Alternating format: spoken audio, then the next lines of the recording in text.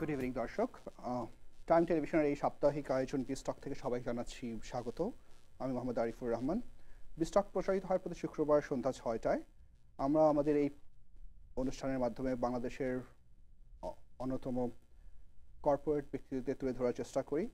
এই প্রোগ্রামের মাধ্যমে আমরা তাদের কাজের ধরন এবং বর্তমান অ্যাক্টিভিটিস এবং ফিউচার অ্যাক্টিভিটিসকে তুলে ধরি, যাতে আমাদের নিউ জেনারেশন এবং অন্যান্য বিজনেস অ্যাক্টিভিটিস কন্টিনিউ থাকে আমাদের কমিউনিটিতে।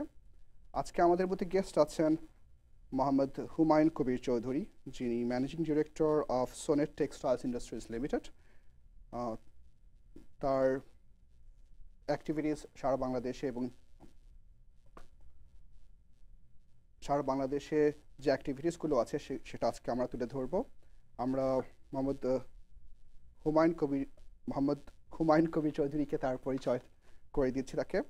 আমি তার মুখ থেকে শুনতে চাবো তাদের এই কোম্পানি সম্পর্কে, তাদের অ্যাক্টিভিটিস সম্পর্কে। ধন্যবাদ আপনাকে। বেসিক্যালি আমাদের এই কোম্পানির প্রতিষ্ঠিত হয় 2009 সালে চট্টগ্রামের বাংলাদেশে। আমি একটু পেছনে চলে যাই, আমি কিভাবে কাজটা শুরু করলাম। বস্তুত আমি একজন ব্যাংকার ছিলাম। ব্যাংকার থাকা অবস্থায় প্রায় 16 বছর ব্যাংকে চাকরি করার পর আমি এই প্রতিষ্ঠানের অনেকগুলো কাজ আমি ব্যাংকের মাধ্যমে করতাম। বিশেষ করে ফরেন এক্সচেঞ্জের ইন্টারন্যাশনাল ট্রেড ডিভিশনে কাজ করেছি। ওখান থেকে আমি উৎসাহিত হলাম।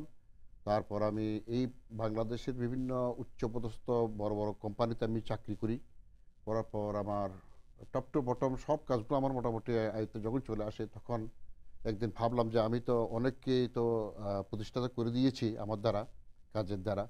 আমি নিজে এবার দেশের জন্য কিছু করি, নিজের বন্ধুবান্ধবের জন্য করি। এটা মাথা যখন আসলো, তখনই আমি 2009 সালে এই প্রতিষ্ঠানটাকে আমি গড়ে তুলি।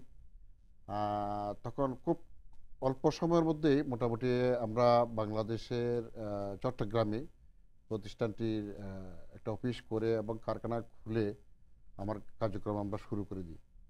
আমার বেসিক্যালি আমার মূল টার্গেট যেটা ছিল, বাংলাদেশের টোটাল ইকোনমিতে আমি অংশগ্রহণ করা সরাসরিভাবে। যদিও এর আগে আমি অন্য প্রতিষ্ঠানের মাধ্যমে অংশগ্রহণ করেছিলাম, কিন্তু এখন সরাসরি অংশগ্রহণ করতে গিয়ে আমি অনেক কিছু বাধার সম্মুখীন হয়েছিলাম সত্যি। কিন্তু মনোবল শক্ত থাকাতে, আর একটা জিনিস আমার ভিতরে যেটা ছিল, মূলধন যেটা একটা জিনিস, মানুষ অনেক সময় বলে আমার মূলধন দরকার। আসলে টাকাটা কিন্তু বড় মূলধন না, সাহসটা এবং মনোবলটাই হচ্ছে সবচেয়ে বড় মূলধন। যেখানে মনে হচ্ছে বিজনেস প্ল্যানটা, যে আপনি প্ল্যানিংটা আমাদের ছোট্ট আকারের প্ল্যানিংটা ছিল, যে এটা খুব তাড়াহুড়ো আমরা করিনি। তো ধীরে ধীরে 2009 সাল থেকে শুরু করি আজকে 2016 সাল। আমি বাংলাদেশ থেকে এখন এক্সপোর্ট করছি শুধু রাশিয়া, ইটালি, ইউরোপ এবং আমেরিকাতেই। আমাদের প্রতি বছরের টার্নওভার এখন $12 মিলিয়ন এখন দাঁড়িয়ে গেছে। যদিও আমার 2009-10 মধ্যে শূন্য বা কিছুই ছিলই না, স্ট্রাগল করার পর এখন যে পর্যায়ে আমরা এসে দাঁড়িয়েছি, তখন আমরা চিন্তা করছি যে আমাদের সাথে বায়ারদের, বিশেষ করে বিভিন্ন দেশের বায়ারদের সাথে একটা বড় ধরনের কম্প্রোমাইজ করে নিতে হয় বিভিন্ন সময়। আমাদের এখন আমি এই আমেরিকাতে আসার যে পিছনে যে কারণটা আছে, সেটা হচ্ছে যে আমি যে মার্কেটে যে বাজার আমার যে পণ্যটা আসছে, সেটার গুণগত মানটা দেখা এবং ক্রেতারা কিভাবে সেটাকে নিচ্ছে সেটাকে একটু দেখে নেওয়া। আর আরেকটা জিনিস যেটা আমার মাথায় এখন আসছে, যে বাংলাদেশ যে কমিউনিটি এখন বর্তমানে আমেরিকাতে বসবাস করছে, তাদেরকে কিভাবে ইনভলভ করে আমরা ওই বায়ারদের কাছ থেকে সরে যাওয়া। অর্থাৎ আমার টার্গেট হচ্ছে যে এখানে একটা ভালো ওয়্যারহাউস করব, ওয়্যারহাউস করে আমার প্রোডাক্টটাকে আমি এখানে নিয়ে এসে গুদামজাত করব। বাংলাদেশ কমিউনিটি যারা আছেন, যারা আগ্রহ থাকবেন, তাদেরকে আমি এটা বলবো যে তোমরা এটাই বাজারজাত করো এখানে। এইভাবে করে আমি একটু চিন্তা ভাবনা করতেছি। হয়তো অদূর ভবিষ্যতে এটা 2016, 17, 18 মধ্যে আমরা ছোট আকার হলো, ছোট পরিসর হলো, এটাকে আমরা ও ধরনের কোন একটা কাজ করার চিন্তা ভাবনা করতেছি এখন। অনেক ধন্যবাদ মোহাম্মদ হুমায়ুন কবির চৌধুরী। আপনার খুব ইম্পর্টেন্ট এবং খুব প্র্যাকটিক্যাল যে ইন্ট্রোডাকশনটা আপনি দিলেন আপনার কোম্পানি সম্পর্কে, তাতে আমরা অনেক ইনফরমেশন পেয়ে গেলাম। যেগুলি অলরেডি আমি যে কোশ্চেনগুলো করতাম সেই অ্যান্সারগুলো আমি পেয়ে গেছি। বাট তারপরেও কোশ্চেন থেকে যায় যে আপনার সনেট টেক্সটাইল ইন্ডাস্ট্রিজের যে প্রোডাক্টগুলো, সেগুলো কি কি, এবং আপনি কি প্রোডাক্ট, আপনি যে প্ল্যানিংটা শুরু করলেন, why you have made the plan and ওই প্রোডাক্টগুলো কেন চুজ করা হয়েছিল? বেসিক্যালি সরি টু ইন্টারাপ্ট, এই টেক্সটাইল ইন্ডাস্ট্রিজ মাঝখানে অনেক পিছনে পড়ে গিয়েছিল বাংলাদেশের টেক্সটাইল ইন্ডাস্ট্রিজ। জি জি, আবার সেটা আপনাদের মতো অন্টারপ্রেনার যারা যারা বিশিষ্ট কর্পোরেট ব্যক্তিত্ব, তারা তাদের কন্ট্রিবিউশনের কারণে আবার সেটা সামনে আগাচ্ছে। পার্শ্ববর্তী দেশ ইন্ডিয়া, অন্যান্য কান্ট্রিগুলো অনেক আগে চলে যাচ্ছে। জি বাংলাদেশ অনেক আগে থাকা সত্ত্বেও অনেক পিছিয়ে চলে গিয়েছিল। জি তো আপনাদের কন্ট্রিবিউশনটা এমন কি প্ল্যানিং ছিল যার জন্য আপনারা সামনে আসতে পারতেছেন? আসলে এখানে একটা কথা বলার দরকার আছে। আপনাদের হয়তো মনে আছে রানা প্লাজার একটা দুর্ঘটনা আমাদের জি, আমি দেশে সেটাই mention ঘটেছিল। করেছিলাম। এই রানা প্লাজা ঘটার আগে আমাদের সার্বিক অবস্থাটা কিন্তু খুব একটা ভালো ছিল না, অর্থাৎ আমরা বুঝতে পারিনি। রানা ঘটনাটা আমাদের জন্য এটা আশীর্বাদ ছিল আমি বলবো। এই কারণে এই যে এটা ঘটার পরে আমরা আমাদের ফ্যাক্টরির কমপ্লায়েন্স বা এটার লোকাল যে কাজগুলো করার দরকার ছিল তারা বায়ারদের চাপে আমরা এটাকে অনেক উন্নত করে ফেলেছি এখন। এটাকে আমি আসলে সরি টু ইন্টারাপ্ট, আমি এটাকে আশীর্বাদ বলবো না, বলবো যে এই কারণে একটা রেগুলেশন হয়েছে। রেগুলেশন রেগুলেশনটার বলা যায়, কারণে যেটার সাথে আমরা পরিচিত সেটাই। খুব একটা ভালো ছিলাম না এর আগে। আচ্ছা, এটার পরে বায়ারদের যখন আমাদের চাপাচাপি শুরু হলো, অনেক ছোট বড় কারখানা বন্ধ হয়ে গেছে সত্যি, কিন্তু যারা টিকে থাকতে পেরেছে তারা এখন আর তাদেরকে আবার ঠেকায় রাখতেও পারবে না, কারণ এখন তারা জানে যে কিভাবে যুদ্ধ করে জিততে হয়। এই যে আমাদের অবস্থাটা খারাপ ছিল সত্যি, এখনও যে খুব একটা ভালো আছে তাও না, আমরা কিন্তু মধ্যখানে পড়ে আছি, এখনও স্ট্রাগল করছি।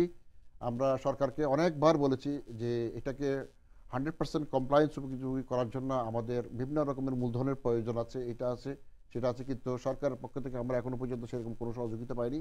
সম্পূর্ণভাবে আমরা নিজেদের উদ্যোগে আজকে আমরা এতটুকু পর্যন্ত এসে গেছি আমরা। তো হয়তো ভবিষ্যতে আমাদেরকে পিছনে আর ফেরা সম্ভব হবে না, আমরা যে পর্যায়ে এসে গেছি আমরা সামনে এগিয়ে যাব। এখানে আরেকটা কথা বলে রাখি, আমাদের কম্পিটিটর হচ্ছে এখন বর্তমানে চায়না। চায়নার সাথে আমরা কম্পিটিশন দিয়ে আমাদের টোটাল কমপ্লায়েন্স উপযোগী করতে আমাদের আরও বছর 2 থেকে 3 এক সময় লেগে যাবে আমাদের আরও। আশা করি 2018-র পর থেকে বাংলাদেশকে হয়তো আর রুখে দাঁড়াতে কোনো দেশ পারবে বলে আমার মনে হয় না। এখানে যেটা ব্যাকওয়ার্ড লিঙ্কেজ যেটা বলা হয়, সুতা বা অ্যাক্সেসরিজ ফ্যাক্টরি, ওগুলোর দিক দিয়ে আমরা একটু পিছিয়ে আছি এখনো পর্যন্ত, কিন্তু ফরওয়ার্ড লিঙ্কেজ আমাদের সাথে সমতুল্য আমার মনে হয় না কোনো কেউ আছে। Not even India. Not even India also. India তো প্রশ্নই আসে না। চায়নার সাথে আমরা মোটামুটি এখন যুদ্ধ করছি, যদিও অনেকে বলছে যে আমাদের কাছ থেকে অর্ডার চলে যাচ্ছে আপনার বিভিন্ন জায়গায়, মায়ানমারের এখন আমাদের পার্শ্ববর্তী দেশ মায়ানমার, তারপর আপনার এই যে ইয়ে আছে আপনার ভিয়েতনাম, কম্বোডিয়া আছে। এখানে একটা কথা বলে রাখি, আমরা এবং আমাদের শ্রমিকরা যেভাবে উৎপাদন করি এবং বায়ারের একটা টার্গেট সময়সীমা নির্ধারণ করার জন্য, শিপমেন্ট করার জন্য উদ্যোগ নিই, ওই সমস্ত দেশে কিন্তু সেটা তারা করতে পারে না। তারা 10 ঘন্টা পর কোনো অবস্থাতে তাদেরকে চাকরি করাতে পারবেন না, আপনি কাজ করাতে পারবেন না, যেটা আমরা পারি বা আমরা করতে পারবো ইনশাল্লাহ। তো সুতরাং সেদিক থেকে বায়াররা যত হুমকি তুমকি দেখলে কেন আমাদের কাছে আসতেই হবে, এবং আমাদের কোয়ালিটির সাথে কারো কোয়ালিটির কোনো সমতুল্য নেই। হয়তো কোনো কোনো ক্ষেত্রে তারা আমাদের কাছ থেকে একটু বেশি, সেটা হচ্ছে আমাদের অপরচুনিটি, আমাদের শিল্প স্থাপনা বিভিন্ন রকমের একটু ঘাটতি আছে, যেটা আমরা হয়তো আগামী 3 বছরের মধ্যে যেটা সেগুলো কিরকম, কি কি? সেটা যেমন ধরেন আপনার প্রথমে আমরা শুরু করি, আমরা যদি আমরা নিট গার্মেন্টসের কথা বলি, সেটা আসতেছে ইয়ার্ন থেকে। ইয়ার্নের মধ্যে আমরা বাংলাদেশে এখন 100% কটন বা 95 স্পান্ডেক্স আমরা 100% করতে পারতেছি, কিন্তু একটু যদি আপনি অন্য কাউন্টে চলে যান, অন্য ধরনের কাপড়ে চলে যান, সেখানে আমাদেরকে চায়নার কাছে আসতে, যেমন ধরেন আপনার পলিস্টারের কথা যদি বলি বা অন্য আদার কোনো প্রোডাক্টের কথা বলি, যেটা বাংলাদেশে হয়তো ফিনিশিংটা ভালো হয় না, এই জন্য আমাদেরকে চায়নার দিকে তাকাই থাকতে হয় এখন। তো অদূর ভবিষ্যতে চট্টগ্রাম এবং বাংলাদেশ ঢাকায় যদি ওই কারখানাগুলো স্থাপন করতে পারি এবং ওখান থেকে গুণগত মান যদি বের করে নিয়ে আসতে পারি, তাহলে হয়তো আমাদেরকে আর চায়নার দিকে তাকাতে হবে না। এটা একটা নিট সেক্টরের কথা বলছি। আপনি একটা কথা বলেছেন, আপনাদের অনেক বড় কন্ট্রিবিউশন আছে এখন, যেটা আপনি জিরো থেকে স্টার্ট করেছেন after working in a bank or any other financial industry. তো আপনাদের কি কন্ট্রিবিউশন ছিল, এখন কতটুকু আপনারা এগিয়েছেন প্রথম থেকে শুরু করে? দেখেন, প্রথম থেকে তো আমাদের ব্যাংকের একটা সমস্যা ছিল যে রেট অফ ইন্টারেস্ট, আমরা যে লোনগুলো নিতাম বা ওখান থেকে বড় করতাম, সেটার লোনগুলোর রেট অফ ইন্টারেস্ট অনেক অনেক হাই ছিল। এখনও যে নাই সেটা না, কিন্তু এখন অনেক কমই, তারা সিঙ্গেল ডিজিটে চলে আসছে এখন। কিন্তু ব্যাংক একা হবে না আমাদের কাছে। আমাদের একটা জিনিস করতে হবে কি, যেটা আমরা সরকারকে বারবার বলছি, যেমন ধরুন আমরা বিভিন্ন দেশে দেখছি, চায়না এবং ইন্ডিয়াতেও আমরা জিনিসটা দেখতে পাচ্ছি, যখন আমি কোনো বায়ারকে মিট করতে পারছি না প্রাইসের জন্য, তখন গভর্নমেন্ট এগিয়ে আসে আমাকে সাবসিডি দিয়ে আমাকে অর্ডারটাকে ক্যাচ করার জন্য। কিন্তু আমাদের দেশে আমাদের সরকার সেদিকে তাদের কোনো নজর সেটা নাই। বরং নতুন মার্কেট যেটা হচ্ছে এখন বর্তমানে, নতুন মার্কেট বলতে আমি বলি ইউরোপ এবং কানাডা বাদ দিয়ে রাশিয়া, আর্জেন্টিনা, ব্রাজিল, জাপান, দক্ষিণ কোরিয়া, এই সমস্ত জায়গায় আপনি যদি এক্সপোর্ট করেন সরকার একটা ছোট ইনসেন্টিভ দিচ্ছে। তো সেটা তো আমাদের জন্য পর্যাপ্ত না। আরেকটা বড় ইম্পর্টেন্ট হচ্ছে যে আমেরিকা, কানাডার বাইরে যেই দেশগুলোর কথা আমি এখন মাত্র বললাম, সেখানে আমাদের যে কনসুলেট অফিস যেগুলো আছে সেখান থেকে আমরা কোনো একটা ভালো রেসপন্স পাচ্ছি না তাদের কাছ থেকে। ইউএস থেকে পাচ্ছেন? ইউএস থেকে তো দরকার নাই, ইউএসএ তো আমরা নিজেরাই যথেষ্ট। ইউএস এর কনসুলেটেরও দরকার নাই, ওখানে কারোর দরকার নাই। আমরা কারণ রেগুলার আমরা কোথাও থেকে ইউএসএ অভ্যস্ত হয়ে গেছি এবং ইউএস এর বায়াররাও আমাদের সাথে অভ্যস্ত হয়ে গেছে। ইউএস এর সাথে আপনাদের কন্ট্রিবিউশন কি রকম? মানে এখনো আমি বলবো যে টোটাল এক্সপোর্টের 75% এখনো ইউএসএ আসে। ইউএসএ এবং কানাডা, ইউরোপের দিকে যাচ্ছে। আর 25% এখন যাচ্ছে আপনার আদার্স মার্কেটের মধ্যে আমি বলবো রাশিয়া। এটা অনেক একটা বড় মার্কেট, তবে ওখানে কিছু ডিউটি করতে সমস্যা থাকাতে ওখানে আমরা যেতে পারছি না ভারতে, বা তারাও আমাদের কাছে খুব একটা আসতে পারতেছে না। তো ইউএসএতে ওই যে বাংলাদেশ কমিউনিটি যেটা আছে, নিউ ইয়র্কে বলেন, লস এঞ্জেলসে বলেন, যেখানে বলেন যারা আছে, তারা কিন্তু এখন খোঁজখবর নিচ্ছে আমাদের সাথে। আমরাও তাদের সাথে যোগাযোগ করার চেষ্টা করছি। এখন আমাদের এই ভাইরা যদি আমাদের সাথে নিয়মিত যোগাযোগ করেন বা আমরা তাদের সাথে একটা সমন্বয় যদি সাধন করতে পারি, তাহলে হয়তো এই বায়ারদের সাথে সরাসরি কাজ না করে ওয়্যার হাউসের মাধ্যমে তাদেরকে ডাইরেক্ট আমরা ইনভলভ করতে পারবো। সেখানে আমাদের দেশ এবং আমরা নিজেদের খুব উপকৃত। সেখানে আমাদের এই প্রোগ্রামটার one of the main reason যেটা আমি বিশ্বাস করি, নতুন অন্টারপ্রেনারদেরকে এনকারেজ করা বিজনেসে আসার জন্য। মানুষ বিজনেস মানেই বুঝে, যে কথাটা আপনি প্রথম মেনশন করেছেন, it's not all about money, it's about planning, strategy. তো যাতে তারা প্রফেশনালি বিজনেসটাকে বুঝে, ইটস অ্যান আর্ট। তো অফিসিয়ালি প্রফেশনালি যাতে বিজনেসটাকে গ্রো করতে পারে, it's not only about your business, any business. তারা যদি প্ল্যানিং বুঝে কাজ করতে পারে, ইনফরমেশন থাকে, তাহলে আমার মনে হয় যে কোনো বিজনেস স্টার্ট করা পসিবল। অ্যান্ড আপনাদের মতো সাকসেসফুল পিপলরা যদি হেল্প করে যে you can start from that place, তো ইটস সর্ট অফ ইনস্টিটিউশন। মানে বিজনেস স্টাডি করলেই বিজনেস করা যায় না, বাট প্র্যাকটিক্যাল যে এক্সপিরিয়েন্সটা। এখানে একটা কথা বলি আপনাকে, প্রথম দিকে গার্মেন্টস শিল্পের প্রথম দিকে শিক্ষিত ছেলেরা কিন্তু আসেনি, শিক্ষিত ছেলে মেয়েরা কিন্তু আসেনি। হ্যাঁ, তখন আসেনি, তারা বুঝতে পারেনি। তারা আমাদেরকে প্রথম যারা, আমরা তো অনেক পরে আসছি, আরও যারা আগে ছিলেন তাদেরকে বলতেন যে এটা একটা দর্জির দোকান, ঘরে ভিতরে বাইরে। কিন্তু এখন যে পরিস্থিতি আমরা সৃষ্টি করতে পেরেছি, সেখানে মাশাআল্লাহ আপনাদের দোয়ায় অসম্ভব শিক্ষিত ছেলে মেয়েরা যারা এমবিএ করছেন, বিভিন্ন প্রাইভেট ইউনিভার্সিটি লেখাপড়া করছেন, তারা খুব আগ্রহ দেখাচ্ছে আমাদেরকে। আমরাও এটাতে অনুপ্রাণিত হচ্ছি এখন, এবং তাদেরকে আমরা পেলে আমরাও আরও বেশি খুশি হব, এই জন্য যে তারা প্ল্যানিং যেটা আপনি বলছেন, ওই প্ল্যানিংটা তারা কিন্তু সহজে ক্যাচ করতে পারে। আমি বলার সাথে কিন্তু আরেকজন অদক্ষ লোক হয়তো আমার প্ল্যানিংটা উনি বুঝতে পারবেন না, ভয় পাবে ওনারা। কিন্তু ওনারা এখন বর্তমানে যে ট্রেনিজাররা যারা আসছেন বা দেশের বাইরে যারা আছেন, তারা এটা বুঝতে পারতেছেন যে এটা আসলে, আমি বিভিন্ন দেশ ঘুরেছি, আমি দেখেছি বাংলাদেশি যারা আছেন তারা খুব আগ্রহ আছে, কিন্তু তারা সুযোগটা করতে পারছে না। হয়তো আমাদের দিক থেকে কোনো সমস্যা হচ্ছে, বা তারা আমাদের কাছে যাওয়ার একটা সমস্যা হচ্ছে। এই যে একটা কম্বিনেশন, কোঅর্ডিনেশন যেটা করার দরকার, সেটা তারা করে উঠতে পারছে না। তো আমাদের এখন এই দিকে আসার মানে হচ্ছে বাইরের সাথে একটা মিটিং করা, তাদের সাথে একটু বসা, এরকম আমরা চেষ্টা করবো একটা সম্মেলন করার বা একটা কনফারেন্স করার, এরকম কিছু একটা যদি করতে পারি, তাদের ভিতরে যদি আমি দিতে পারি, তাহলে আমাদের জন্য খুবই ভালো হবে। Thank you very much Mohammad Humayun Kabir, আপনার মানে খুবই ইম্পর্টেন্ট ইনফরমেশন শেয়ার করার জন্য। আমরা এখন ছোট্ট একটা বিরতি নিব, বিরতির পর we will come back to our discussion. দর্শক, আমরা এখন একটা ছোট্ট একটা বিরতি নিব, এবং বিরতির পর we will come back and we will discuss with Mohammad Humayun Kabir. Thank you very much.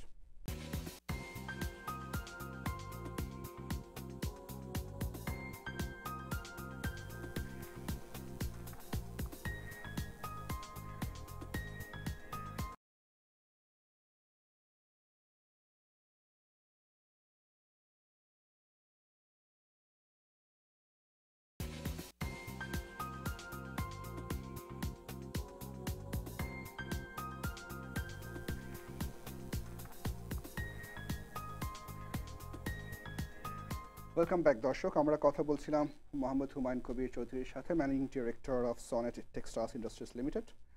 Previous কোশ্চেনের সাথে সূত্র ধরে আমি এই সিমিলার কোশ্চেনটা প্রত্যেক কর্পোরেট ব্যক্তিদের করে থাকি, জি। কারণ there is so many reason for that, but I will explain some other time. আপনি বললেন যে এক সময় ছিল গার্মেন্টস ইন্ডাস্ট্রিতে শিক্ষিত ছেলেপেলেরা আসতে চেত না, এখন আসতেছে, but still people are still scared, but they are not that much professional.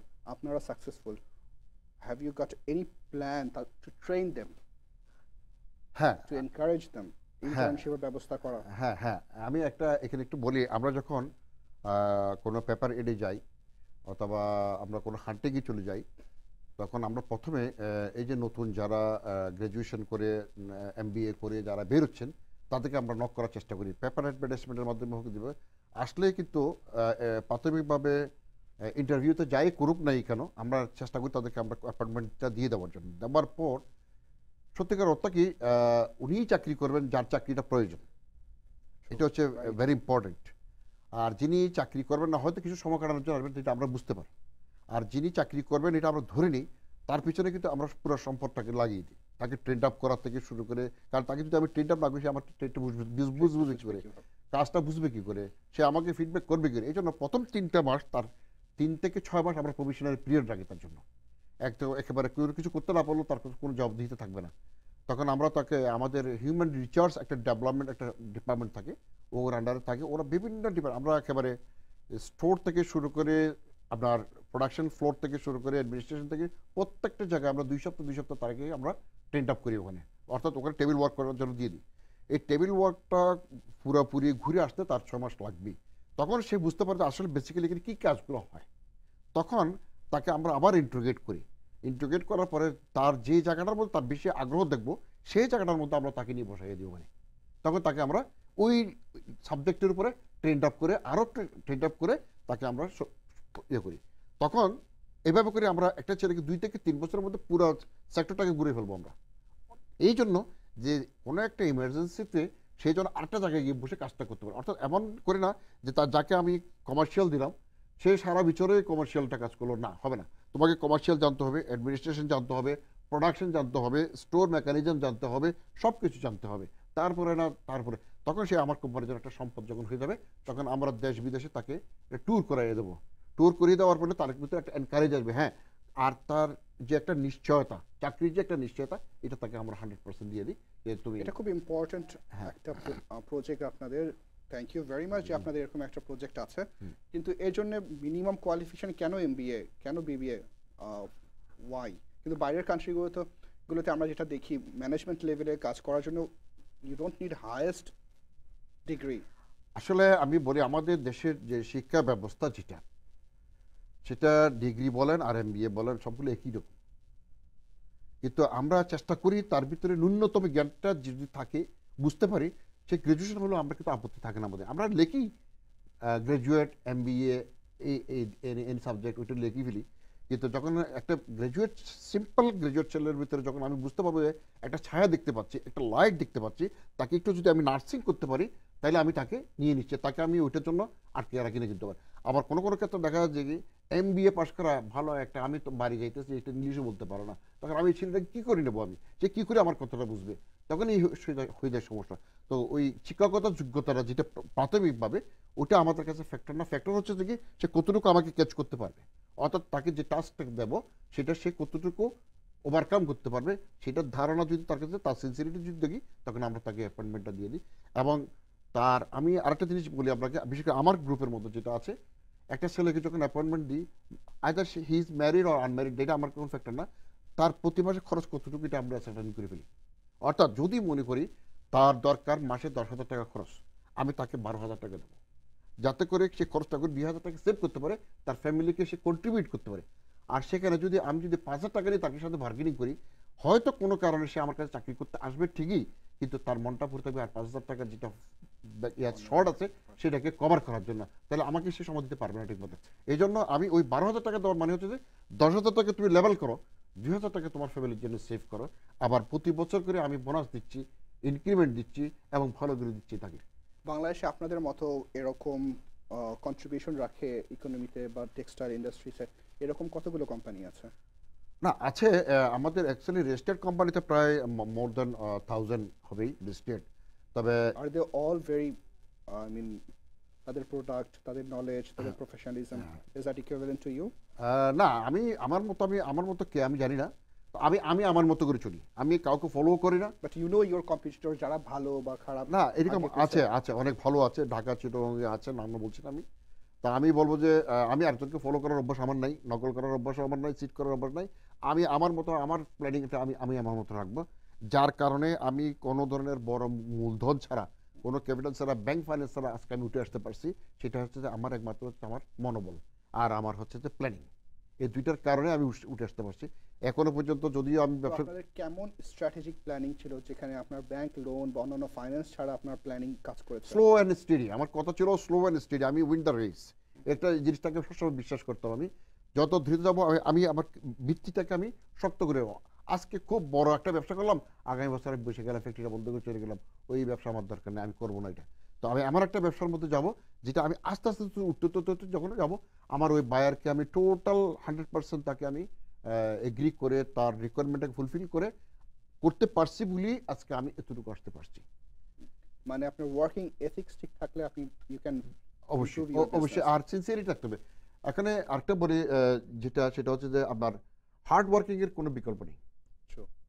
এটা হচ্ছে সবচেয়ে বড়, মানে যেটা আপনার আমি নিজেই activities, ব্যক্তিগতভাবে, hardworking. আমি কোনো একটা অনেক বড় সম্পদশালী লোকের ছেলেও না আমি, আর আমার পিছনে কোনো এরকম কোনো কিছু ছিল না। আমার নিজের, আমরা তিনজন, আমাদের ডাইরেক্টর, আমরা তিনজন পার্টনার, আমাদের তিনজনের অক্লান্ত পরিশ্রম আজকে আমাদের এই প্রতিষ্ঠান আজকে দাঁড় হয়েছে, এবং দাঁড় হতে যাচ্ছে। আমি বলবো দাঁড় হয়েছে বলবো না, আমরা মানে মধ্যম একটা পর্যায়ে আমরা এখন আছি। এখন আমাদের এই প্রোগ্রামটা আমাদের টাইম টেলিভিশনের পক্ষ থেকে যে বিস্টক প্রোগ্রামটা আমাদের কমিউনিটি যারা ইয়াং জেনারেশন আছে বা অন্যান্য অন্টারপ্রেনার যারা আছে তারা আপনাদেরকে কিভাবে হেল্প করতে পারে, বা তাদের সাথে আপনাদের যে কন্ট্রিবিউশনটা হতে পারে, যেটা আপনাদের ফিউচার একটা প্ল্যান আছে, ফিউচার প্রজেকশন যে আপনাদের একটা ওয়্যার হাউস থাকবে, বা এখন থেকেও যদি কোনো সেলস মার্কেটিং বা অন্যান্য কোনো কিছুতে আপনাদের কন্ট্রিবিউশন থাকতে পারে? আমি বলবো ওনাদেরকে, ওনারা তো আমি তো আমেরিকাতে আসি বছরে একবার বা দুইবার। আর যারা আমেরিকাতে বিভিন্ন স্টেটসে যারা আছেন, তারা তো ভালো করেই বুঝেন এর পরিস্থিতি। তারা আমাদের সাথে যোগাযোগ করুক। তারা যদি বলা যায় ঠিক আছে আপনি বায়ারকে দেবেন না, আমরাই ওয়্যার হাউস করতেছি, আপনার মালটা আমাকে দিয়ে দেন, তাহলে আমি যেভাবে বায়ারকে দিই আমি তাকে দিয়ে দেবো। আমি দরকার হলে তার জন্য আমি কিছু এখানে বায়ারকে যেখানে আমি বায়ারকে যে প্রাইস দিচ্ছি সেখান থেকে কিছু কমিয়ে তার জন্য আমি একটা যে বায়ার যে কমিশনটা আমি তাকে দিয়ে দেবো। সেটা আমি চাই আমার বাঙালি ভাইয়ের, আমার বাংলাদেশের লোকজন, তারাই আরো বেশি করে এগিয়ে এটা আসবে অনেক সেখানে। বড় একটা আপনার মুখের কথা, যদি সেটা আসলে বাস্তবায়ন হ্যাঁ, হয় অবশ্যই অবশ্যই, বাংলাদেশি, এটা তো আমি সিকিউর ফিল করবো বেশি আরো। যদি এতে আপনার বিজনেসও অনেক বাড়বে, অবশ্যই অনেক অবশ্যই বাড়বে, বাড়বে, অবশ্যই অনেক বাড়বে, তখন আপনার অ্যাক্টিভিটিসটা বাড়বে। বাড়বে বাড়বে। আচ্ছা, আর আপনার কোম্পানি সম্পর্কে আর কোনো ফিউচার আইডিয়াস? না, ফিউচার বলতে কি, আমি এখন যে সেক্টরে কাজ করছি সেই সেক্টর ছাড়া আমাদের আরো অনেক সাব সেক্টর নিয়ে আমাদের, হ্যাঁ এখানে আমাদের যেন আমরা এখন কাজ করছি নিট নিয়ে, আমাদের ওভেন সেক্টর আমরা ওপেন করতে যাচ্ছি। সাথে সাথে সাথে সাথে আমরা আরো কিছু হয়তো এই সেক্টরের বাইরে গিয়ে আমরা অন্য আর কিছু ফুড আইটেম নিয়ে আমরা কাজ করতে চাচ্ছি, ট্রান্সপোর্টেশন নিয়ে কাজ করতে চাচ্ছি। এগুলো হয়তো দূর ভবিষ্যৎ 4 থেকে 5 বছরের মধ্যে আমরা এটা নিয়ে আমরা মার্কেটে আমরা আসবো, আশা করতে পারতেছি আমরা। আচ্ছা, তো আপনি বেসিক্যালি এখন যখন ইউএসএ 1 or 2 টাইমস ভিজিট করেন, বেসিক্যালি বায়ারদের সাথে কি রকম ডিলসের জন্য আসেন? মানে is it small companies they are dealing with Bangladesh, or the big companies like H&M, না, বড় বড় ছোট সবার সাথে আমরা কাজ করছি। আমাকে ওই সময় আসতে হয় যখন কোনো একটা কমপ্লিকেসি রাইজ করে, কোনো একটা প্রাইস বা কোনো একটা নেগোসিয়েশনের জন্য যখন হয়, তখনই আমরা মোটামুটি আসি। আর না হলে খুব একটা আসার প্রয়োজন হয় না। তো বছর 2 বার আসি, কাটিয়েছি তাদের সাথে। ওই দূর থেকে দেখা এবং কাছ থেকে দেখার মধ্যে এবং কাছ থেকে কথা বলার মধ্যে একটা ডিফারেন্স রয়ে গেছে সেখানে। তো ওদের টপ ম্যানেজমেন্ট তো আর আমার সাথে সবসময় কথা বলে না, তখন আমরা এই টপ ম্যানেজমেন্ট, 2 টপ ম্যানেজমেন্ট যখন একটু বড় একটু চা কফির সাথে সাথে তাদের সাথে আমরা একটু ভিউজগুলো এক্সচেঞ্জ করে নিতে পারি, তখন আমাদের সম্পর্কটা একটু গাঢ় হয়। এটা করার আপনার জন্য এই বিজনেসগুলি করার জন্য বাংলাদেশে কি কি অন্য কোনো অবস্টেকল, পলিটিক্যাল ছাড়া বা অন্য কোনো ফাইন্যান্স বাদে? এই মুহূর্তে এই মুহূর্তে কোনো সেরকম অবস্টাকেল নয়। মাঝে মধ্যে যেটা হয় সেটা পলিটিক্যাল আনরেস্টটাই আমাদের জন্য একটা বড় সমস্যা হয়ে যায়। তা এখনো পর্যন্ত আমরা সেরকম সমস্যা হয়নি। যদি আমার আমার বায়াররা, এই যে কিছুদিন আগে একটা ছোট্ট একটা ঘটনা বাংলাদেশে ঘটেছিল, জানি না এটার প্রভাবটা কতটুকু বায়ারদের মাঝে হচ্ছে বা হবে, এটা ভবিষ্যতেই বলে দেবে। আপনি তো ইউরোপীয় হ্যাঁ, জি এক্সপোর্ট করেন। জি কিছুদিন আগে যখন রানা প্লাজা ঘটনার পরে প্রাইমার্ক পুরো অর্ডার ক্যান্সেল করেছিল বা জি। এরকম বড় না ওইরকম আমার আমার ছিল না, আমার আমার মতো হয়নি। কারণ এখানে আমি আবার একটা কথা বলি, সেটা হচ্ছে যে যারা H&M বা কে মার্ট কোলসের কাজগুলো করতেছেন তারা অসম্ভব সাফার করেছে। না আমি ভাগ্যক্রমে আমি বেঁচে গেছি আর কি বলা যায় এটা। আচ্ছা। তো বাংলাদেশে এই জিনিসটা আর কিভাবে ইমপ্রুভ হবে? ওই আপনি বললেন যে কিছু কিছু প্রোডাক্ট আমাদেরকে চায়না দিকে দেখতে হয়, বাট এর জন্য বাংলাদেশের যে টেক্সটাইল ইন্ডাস্ট্রিজের কি কি পদক্ষেপ নিতে পারে তারা? না যেটা অবকাঠামো যেটা সেটা হচ্ছে আমাদের বড় সমস্যা। এই অবকাঠামোটাকে যদি ঠিক করার জন্য সরকার যদি এগিয়ে আসেন তাহলে আমরা দ্রুত কিন্তু ওভারকাম করে যাব। আর সরকার যদি এখানে আমাদেরকে কোনো সাহায্য সহযোগিতা না করেন তাহলে আমরা আমাদের ব্যবসাটাকে টিকিয়ে রাখার জন্য আমাদের করতেই হবে। এখানে আমার দেশ আর আমার ব্যবসা দুটোই হচ্ছে আমার সামনে। সরকার কি করছে না করছে সেটা আমার কাছে দেখতে পারবো না আমি। কখন করবেন না করবেন সেটা তো আমার ফ্যাক্টর না, কিন্তু আমাকে তো ব্যবসাটা তো করতে হবে এবং আমার বায়ারের রিকোয়ারমেন্ট ফুলফিল করতেই হবে। সুতরাং এনি হাও আমাকে আমি করতে সেটা হবে। মনে করি গভর্নমেন্ট যদি সাপোর্ট নাও করে, তো আপনাদের যে টেক্সটাইল ইন্ডাস্ট্রির যে লোকগুলো আছে বা কোম্পানিগুলো আছে, তাদের নিজস্ব কোনো কমিউনিটি আছে যাদের তাদের হ্যাঁ কমিউনিটি একজনকে আছে, আমরা হেল্প সবসময় করতে পারে? সরকারকে বলছি। যেমন ধরুন বিজিএমই আছে আমাদের, বিকেএমই আছে, বিটিএমই আছে, ওনারাও বলছেন, আমরাও বলছি, আমরাও ওনাদের মাধ্যমে বলছি। তো আসলে এখনো পর্যন্ত সেরকম আমরা কোনো কিছু এখন দেখতে পাচ্ছি না। হয়তো সরকার করতেও পারে আবার। আপনার সাথে কথা বলে এটা আমি ভাবছিলাম এখনই যে আপনি যে বললেন যে বাংলাদেশের কমিউনিটি যারা ইচ্ছুক জি যে আপনাদের সাথে জয়েন্টলি কাজ করতে পারবে এখানে অ্যাজ এ রিপ্রেজেন্টেটিভ, তো অবশ্যই আমি ওয়েলকাম করব দর্শকদের যদি আহ, এই সোনেট টেক্সটাইল ইন্ডাস্ট্রি লিমিটেডের সাথে যোগাযোগ করতে, জি যাতে তারা উপকৃত হয় এবং আপনাদের উপকৃত হয়, আমাদের সমগ্র বাংলাদেশি কমিউনিটি হোল ইউএসএতে জি they will get benefit from it. Right right. তো আমাদের সময় খুব সংক্ষিপ্ত এবং খুব অল্প সময়ের মধ্যে আপনাকে আসার জন্য অনেক অনেক ধন্যবাদ। এবং এভরি উইকে আমরা নতুন একজন কর্পোরেট ব্যক্তিকে প্রেজেন্ট করে থাকি। আপনার কোনো কিছু বলার আছে দর্শকদের? আমি দর্শকদের শুধু এটাই বলবো, বাংলাদেশ কমিউনিটি যারা আপনারা এখানে আছেন, আপনারা যদি আগ্রহ থাকে আমাদের সাথে যোগাযোগ করেন। আমরা প্রয়োজনে আবার আসবো, আপনাদের সাথে বসবো, কিভাবে কি করা যায় না যায় বসে আমরা একটা। তবে সবচেয়ে বড় ইন্টারেস্টিং হচ্ছে যে যেটা আমি গুরুত্বপূর্ণ যেটা বলবো, যেটা প্রথমে একবার বলেওছি আমি, যে আপনার হার্ড ওয়ার্কিংয়ের কোনো বিকল্প নেই। এই ব্যবসাকে আমাদের টিকিয়ে রাখতেই হবে। এটা আমাদের একমাত্র এখন ফরেন এক্সচেঞ্জ আর্নিং সেক্টর। এটার বিকল্প আমরা কোনো কিছু দেখছি। আপনারা প্লিজ প্লিজ আপনারা এই মার্কেটটাকে সম্প্রসারণ করার জন্য, এক্সপ্যান্ড করার জন্য আপনারা চেষ্টা করুন। আমরা আমাদের পক্ষ থেকে সর্বাত্মক সহযোগিতা আমরা করব। আমাদের বায়ারের দরকার নেই, আপনারা আমাদের এই বায়ারগুলোর রিপ্রেজেন্ট আপনারা আমাদের কাছে হয়ে আসুন, আমরা আপনাদেরকে কোঅপারেট করবো ইনশাল্লাহ। Thank you very much once again Mohammad Humayun Kabir Chowdhury. দর্শক, আমরা তখন কথা বললাম সোনেট টেক্সটাইল ইন্ডাস্ট্রিজ লিমিটেডের ম্যানেজিং ডিরেক্টরের সাথে।